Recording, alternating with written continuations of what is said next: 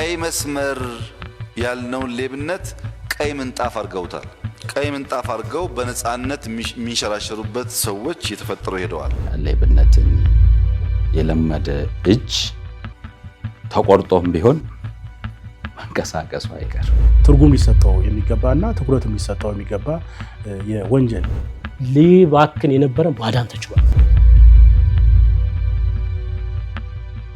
ከሀገር በተቃርኖ መቆም፣ የራስን ጥቅም ብቻ አስልቶ ለአገልግሎት መጉላላት፣ ለህዝብ ምሬት ምክንያት መሆን ሌብነት። ፍትሃዊነትን በማዛባት የልጥቀምህ ጥቀመኝ አይነት መንገድ በመከተል፣ ሁለተኛ ደግሞ ግልጸኝነትን በማጥፋት ተጠያቂነትንም የሚሰውር ተግባር በመሆኑ ዜጎች ከልማት እንዳይጠቀሙ፣ አገሪቷ ፈጥና እንዳትለማ፣ እንደዚሁም ደግሞ ፍትሃዊ የሆነ የሀገር ግንባታ ያስተዳደር ስርዓቶች እንዳይኖሩ እንቅፋት ይሆናል ሙስና። ሙስና ላይ ጠንካራ ትግል ማድረግ ማለት የሀገር ግንባታው፣ የሙስና መከላከል ስራው፣ የህግ ማስከበር ስራው ላይ ወሳኝነት ይኖረዋል እና ይሄም ለአንድ ሀገር ወሳኝ ምልከታ ወይም ደግሞ ትርጉም አለው። ኃላፊነትን በመጠቀም አላግባብ በመጠቀም ራስን መጥቀም ይችላል፣ የራሱን ወገኖች ለመጥቀም ሊሆን ይችላል እና በጥቅሉ የመንግስትና የህዝብ ሀብትና ንብረት ላይ ጉዳት ማድረስ ነው። ይሄ በዚህ ሁሉ አካል ይስማማል። ተመድም የተባበሩት መንግስታት የጸረ ሙስና ስምምነትም አደገኛ ወንጀል አድርጎ ካስቀመጣቸው የወንጀል አይነቶች ውስጥ አንዱ ሙስና ነው።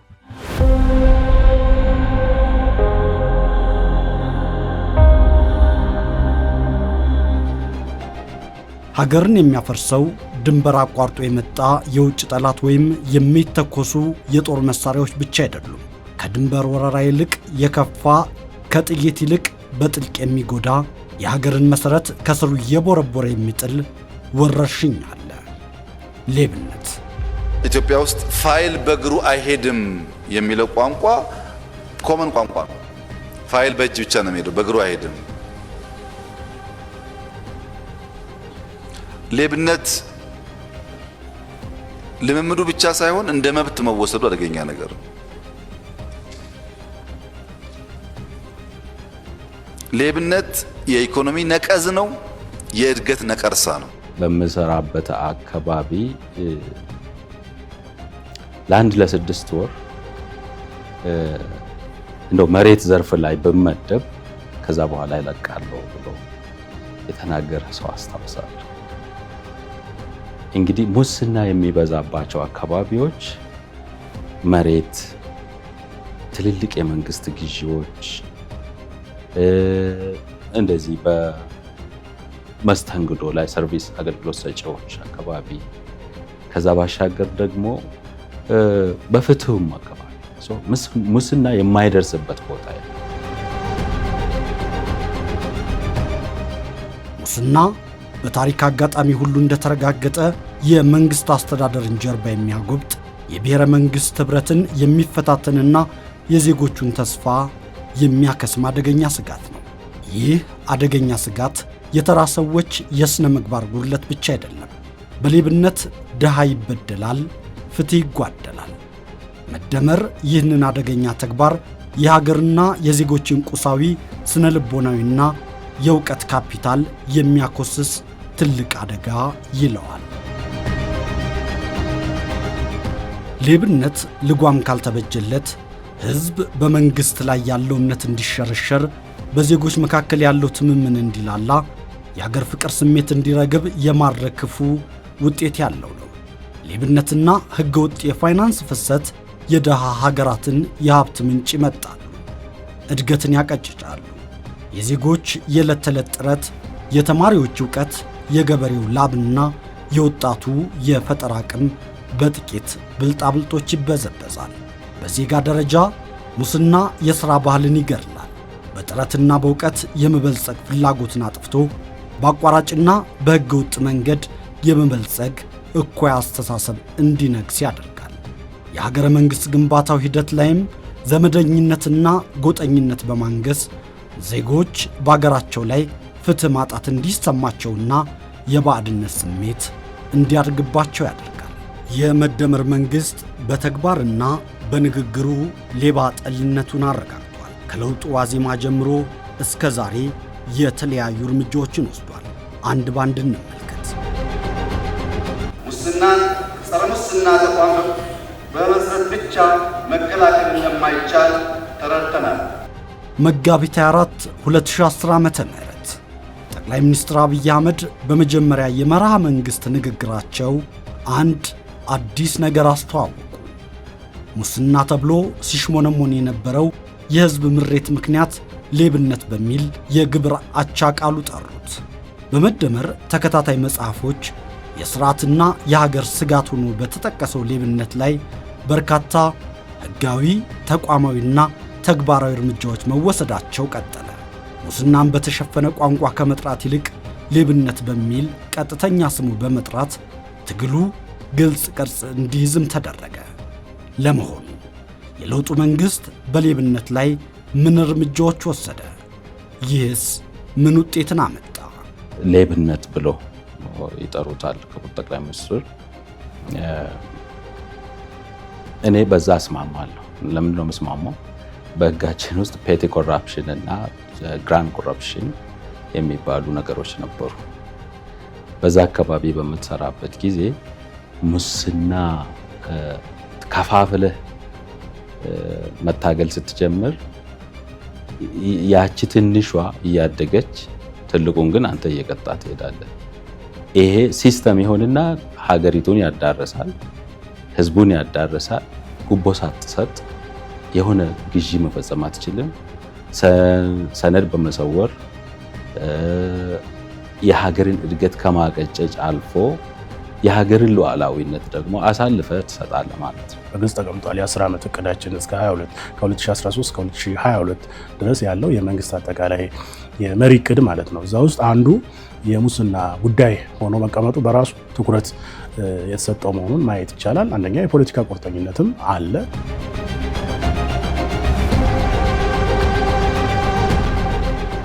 ከለውጡ በፊት ከፍተኛ የሀብት ምዝበራዎች፣ ህገወጥ የህዝብና የሀገር ሀብት ማሸሽ ይፈጸም እንደነበር መረጃዎች ያሳያሉ።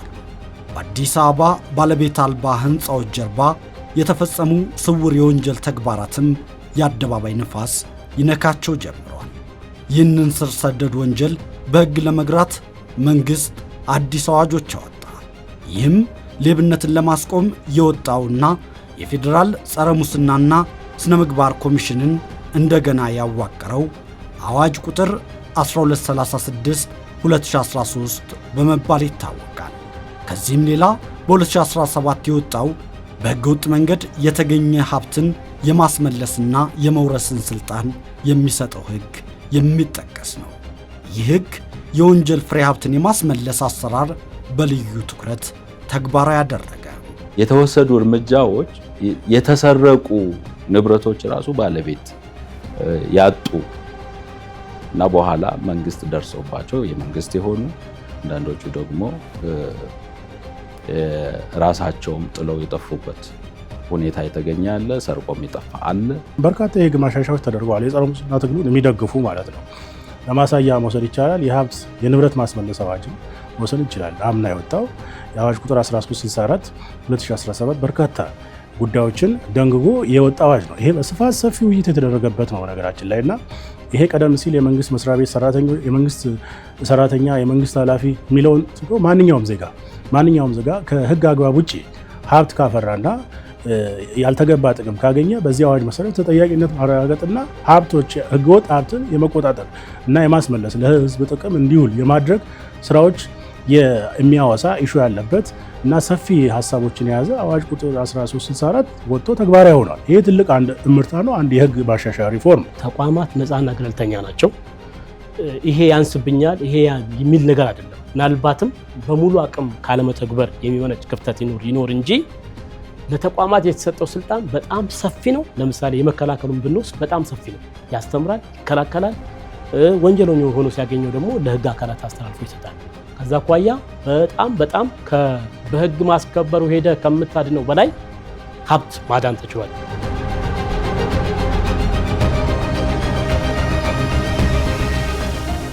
ህዳር 8 ቀን 2015 ዓመተ ምህረት መንግስት ሌብነትን የኢትዮጵያ ብሔራዊ ደህንነት አደጋ ነው ሲል ፈረጀው። በአገሪቱ ተስፋፍቶ የነበረውን ከፍተኛ ሙስና፣ የፋይናንስ ወንጀልና የመሬት ቅርምት በቁርጠኝነት ለመዋጋት 7 አባላት ያሉት ብሔራዊ ጸረ ሙስና ኮሚቴ ተቋቋመ። ይህ በምክትል ጠቅላይ ሚኒስትሩ የሚመራ ብሔራዊ ኮሚቴ የለውጡ መንግስት ለሙስና ያለውን የመረራ አቋም በተግባር ያሳየ ሆኖ ተገለጠ። ያጠናቸው ጥናቶችም መመዝበሩን በማረጋገጥ እንዲመለስ አደረገ። በርካታ መሬቶች ከተመዘበሩበት ወደ መንግስት ተመለሱ። ኮሚቴው በመሬት ምዝበራ፣ በህገወጥ ገንዘብ ማሸሽ፣ በባንክ ብድርና በግዢ ሂደት ላይ በተሳተፉ ከፍተኛ የመንግስት የሥራ ኃላፊዎች፣ ባለሀብቶችና ደላሎች ላይ ምርመራ አደረገ። ሌብነት በጣም እያስቸገረን ያለ በሽታ ነው። ግን መገንዘብ ያለብን ነገር ሰው በሌብነት ልብሱን ሊቀይር ይችላል። የልጁን ምግብ ሊቀይር ይችላል። ሳሎን ሊቀይር ይችላል። ቤት ግን አይገነባም። ቤት ሰርቶ ሊሆን ይችላል። ሀገር መስራት እስካልቻለ ድረስ ግን ያ ቤት ይፈርሳል፣ ይወረሳል። የ2015 ህዳሩን ብንመለከት የብሔራዊ ጸረ ሙስና ዘመቻ በፌዴራልም በክልልም እስከታች ድረስ ተዋቅሮ በርካታ ስራዎች ሰርተዋል። በርካታ ስራዎች ተሰርተዋል። የህግ ማስከበር ስራዎች ማለት ነው። ተጠያቂነትን የማረጋገጥ ጉዳይ ራሱን የቻለ ኮሚቴ ተደራጅቶ እስከ ታች እስከ ክልል ድረስ ስራዎች እየተከናወኑ መሆኑን ማየት ይቻላል። ማህበረሰቡ እንዲጠቁም ተደርጎ በዛ መሰረት የህግ ማስከበር ስራዎች መሰራታቸው በፌዴራልም በክልልም የብሔራዊ ጸረ ሙስና ዘመቻው ጠንካራ እንቅስቃሴዎች ሲደረጉ የነበረ ነው። ባለፉት 3 ዓመታት እንኳን ብንወስድ እንደዚህ አሁን ከጨረታ ጋር ከግዢ ጋር በሂደት ላይ ያለ በማስቆም የአሰራር ስራ ጥናት ተካሂዶ ማለትም ለምሳሌ ምንም አንድ የሆነ አይተም አንድ የሆነ እቃ በጥራትም በመጠንም ምንም ለውጥ ሳያመጣ በከፍተኛ ዋጋ ልትገዛው ትችላለህ፣ በመካከለኛ ዋጋ ልትገዛው ትችላለህ። ስለዚህ አይ በጥራትም በመጠንም እያለ ተመሳሳይ ሆኖ ሳለ አንድን እቃ በከፍተኛ ዋጋ ሊገዛ ሂደት ላይ ያለው ይህንን በሂደት ላይ ያለን ስልጣን አላግባብ በመገልገል ስራን በማያመች አኳኋን በመምራት በሂደት ላይ ያለን የሙስና ወንጀል ልታስቆሙት ይገባል የሚል ጥቆማ ሲመጣ ያንን ማስቆም ከ3 እስከ 7 ቀን በግልጽ ስታንዳርድ አጥንቶ የማቋረጥ ስልጣን ተሰጥቷል።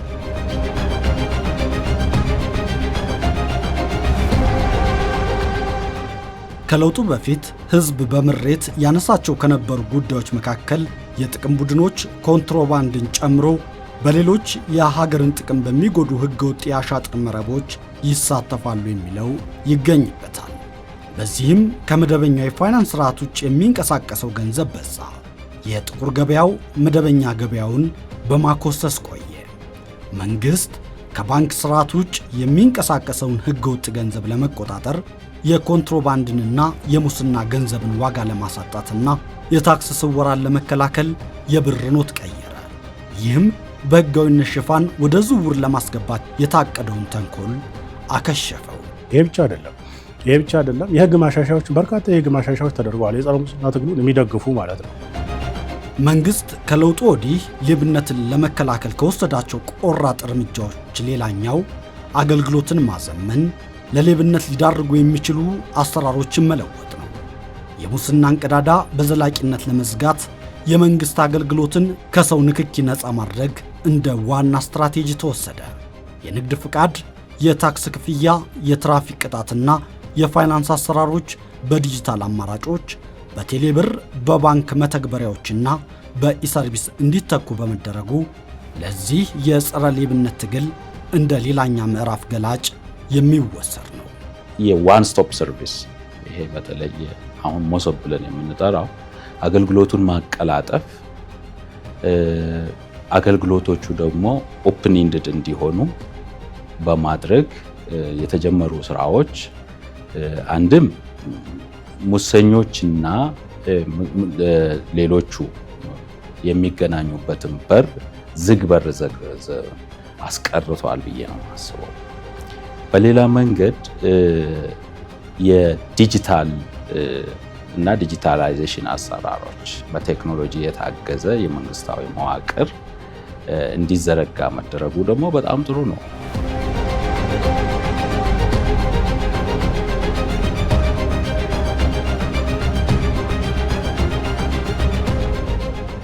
በኢትዮጵያ ሙስናና ንቅዘት በአንድ ጀንበር የተስፋፉ ልማዶች አይደሉም።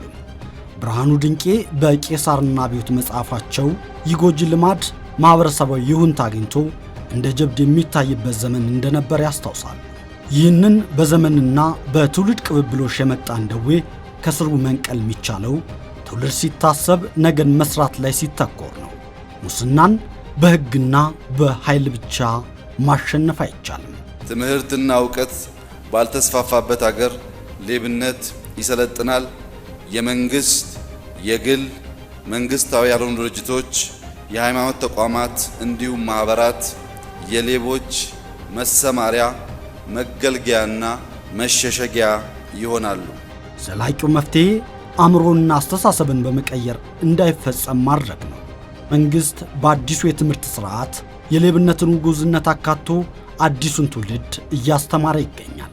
በአዲሱ የዜግነት ትምህርት አማካኝነት ተማሪዎች ስለ ታማኝነት፣ ስለ ሕግ የበላይነት፣ ስለ ሥራ ባህልና ስለ ሕዝብ ሀብት ጠባቂነት ከልጅነታቸው ጀምሮ እንዲማሩ ተደርጓል።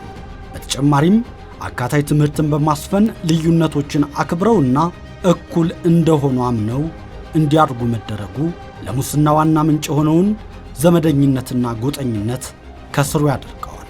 በሙያና ቴክኒክ ክህሎት አማካኝነት ደግሞ በላባቸውና በጥረታቸው የመለወጥ ዋጋ እንዲረዱ በማድረግ አቋራጭና ሕገወጥ የሀብት ማከማቻ መንገዶችን የሚጸየፍ ስነ ልቦና ይገነባል። በጣም አሁንም ቁርጠኝነታችንን ጨምረን ካልገታ ነው እንደኛ ያለ ሀገር ትልቅ ሀገር እንደኛ ያለ ትልቅ ሀብት ለሚያንቀሳቀስ ሀገር ሙስና እድል ሊያገኝ ይችላል። ዛሬ የሀገሪቱ በጀት እንደ ድሮ በሚሊዮን ብቻ አይደለም፣ በቢሊዮን አይደለም። አሁን የሀገሪቱ በጀት ራሱ ወደ ትሪሊዮን አድጓል። ትንሽ ስርቆት ራሱ በጣም አደገኛ ነው ማለት ነው። ትንሽ ለምሳሌ የዚህን 0.1 የአጠቃላይ በጀቱ ቢሰረቅ ቢዘረፍ ያለው ኮንሲኩዌንስ ወይ ያለው የሚያስከትለው አሉታዊ ጫና በጣም አደገኛ ነው። በመደመር ፍልስፍናና በመደመር መንግስት እይታ ሌብነት የሀገርን መሰረት የሚንድ ድብቅ ወረርሽኝ ነው። ነገር ግን ይህንን ወረርሽኝ የመከላከል ሂደቱ በሕግ ብቻ የሚፈጸም ሳይሆን በቴክኖሎጂ አሰራርና በትውልድ ግንባታ እየተመራ ይገኛል። እነዚህ ስራዎች በመዋቅር የሚፈጸም ሙስና፣ ሲስተማቲክ ኮራፕሽን እንዳይኖር ቢያደርጉም አሁንም በተለያዩ መልኮች የሚገለጡ የመንግስትን ትኩረት የሚፈልጉ የህዝብ የምሬትና የመልካም አስተዳደር ችግር ሆነው የቀጠሉ የሌብነት ተግባራት አሉ። የመንግስት አካል ውስጥ ሆነው እዚህም እዛም የተሰጣቸውን ኃላፊነት ወደ ጎን በመተው ያልተገባ ተግባር ውስጥ የተገኙ አሉ። ይኸው የምናየው ነው፣ በመረጃ የምናየው ነው። በተለያየ መንገድ የተሰጣቸውን ኃላፊነት ወደ ጎን በመተው አንዳንድ አካላት መንግስትም ውስጥ ሆነው ትልቅ ኃላፊነት ቦታ ላይ ሆነው እንዲሁም ደግሞ በየደረጃው ማለት ነው የሙስናና ብልሹ አሰራር ሲገቡ ይስተዋል። መንግስትም ይህ የሌብነት ተግባር መፍትሄ እንደሚፈልግ ግምገማው አለው። ህዝብ ኢትዮጵያን በማጽናት ሂደት ሌብነትን እንዲያስቆም መንግስትን ይጠይቃል። መንግስት ችግሩ ከምንጩ እንዲደርቅ ቃል ገብቶ ህዝብ ይሳተፍበት ብሏል። ህዝብና መንግስት ሲያብሩ ችግሮች እልባት ያገኛሉ። ሰርቆ ማደግን በማያወግዝ ባህል ውስጥ፣ ዘርፎ መክበርን በማይጠየፍ ባህል ውስጥ ሌብነትና ዘረፋን መዋጋት ከባድ ይሆናል። ሰው ግመል ሰርቆ ሳያጎነብስ የሚሄድበት አገርና ባህል ነው ያለን። በየደረጃው የሚፈጸመው ሌብነትና ሙስና የተራ ወንጀል ያህል ተቆጥሮ በዝምታ የሚታለፍበት ጊዜ አብቅቷል። በየቢሮው በጉቦ በዘመደኝነትና በሕገ ወጥ አሰራር የሚዘረፈው እያንዳንዱ ሳንቲም ተራ ገንዘብ ሳይሆን የብዙ አቅመ ደካሞች ሕይወት፣ የብዙ ወጣቶች ሥራና የሀገር ሁለንተናዊ ተስፋ ነው። ዛሬ በሌብነት የሚባክነውና ወደ ጥቂት ግለሰቦች ኪስ የሚፈሰው የሕዝብ ሀብት ቢቀር በርካታ አጋዥ ትምህርት ቤቶችን፣ የተሟሉ የሕክምና መስጫዎችን፣ የንጹህ ውሃ መዋቅሮችንና የሕዝብ መሠረተ ልማቶችን መገንባት ይቻል ነበር። ሀብት ሲዘረፍ የተገነባው የልማት ፕሮጀክት ይሰናከላል። የታመመው ዜጋ መድኃኒት ያጣል። የወጣቱ የፈጠራ ተስፋም በጨለማ ይቀራል። ይህ ደግሞ የሀገረ መንግስትን ህልውናና የማህበረሰብን ፍትህ ከስሩ የሚሸረሽር ትልቅ አደጋ ነው። እኒህ የመደመር መንግስት እርምጃዎች የመንግስትን ሌባ ጠልነት ያረጋገጡ ናቸው። የተወሰዱ እርምጃዎች ተጠናክረው ቀጥለዋል። ሌቦች ለነገራችሁ የምፈልገው ነገር ብር ታከማቻላችሁ እንጂ አትበሉትም። አፍሪካ ላይ ያከማቸ የትኛውም ሌባ አልበላውም፣ ሌላው ነው ሲሳይ የሆነ